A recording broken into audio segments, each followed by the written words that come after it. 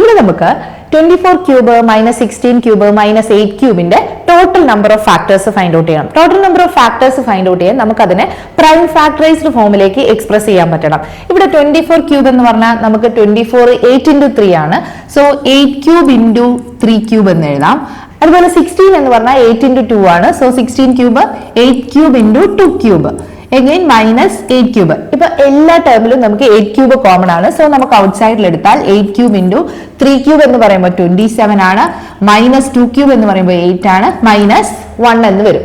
ഇവിടെ 27 minus 8 minus 1 എന്ന് പറയുമ്പോൾ 18 ആണ് വരും. സോ നമുക്ക് വരുന്നത് 8 ക്യൂബ് into 18 ആണ്. ഇവിടെ നമുക്ക് പ്രൈം ഫാക്ടറൈസ് ചെയ്യാൻ 8 ക്യൂബ് എന്ന് പറഞ്ഞാൽ 2 ക്യൂബ് ഹോൾ ക്യൂബ് ആണ്. 18 എന്ന് പറഞ്ഞാൽ 9 into 2 ആണ്. 2 into 9 എന്ന് പറയുമ്പോൾ 3 square. So 2 cube whole cube എന്ന് പറഞ്ഞു കഴിഞ്ഞാൽ 2 raised to 3 into 3 2 raised to 9 ആണ്. 2 raised to 9 ഉം 2 raised to 1 ഉം കൂടെ ആകുമ്പോഴത്തേക്ക് 2 raised to 10 into 3 സ്ക്വയർ. ഇപ്പൊ പ്രൈം ഫാക്ടറൈസ്ഡ് ഫോമിലായി. ഇനി ടോട്ടൽ നമ്പർ ഓഫ് ഫാക്ടേഴ്സ് എന്ന് പറഞ്ഞാൽ പ്രൈം ഫാക്ടറൈസ്ഡ് ഫോമിലുള്ള എക്സ്പോണന്റിനോട് 1 ആഡ് ചെയ്ത് മൾട്ടിപ്ലൈ ചെയ്യാം. ഇവിടെ എക്സ്പോണന്റ് 10 ആണ്, 1 ആഡ് ചെയ്താൽ 11 വരും. 2നോട് 1 ആഡ് ചെയ്യുമ്പോൾ 3 വരും. സോ 11 into 3 33 ആണ്. So option A is the correct answer.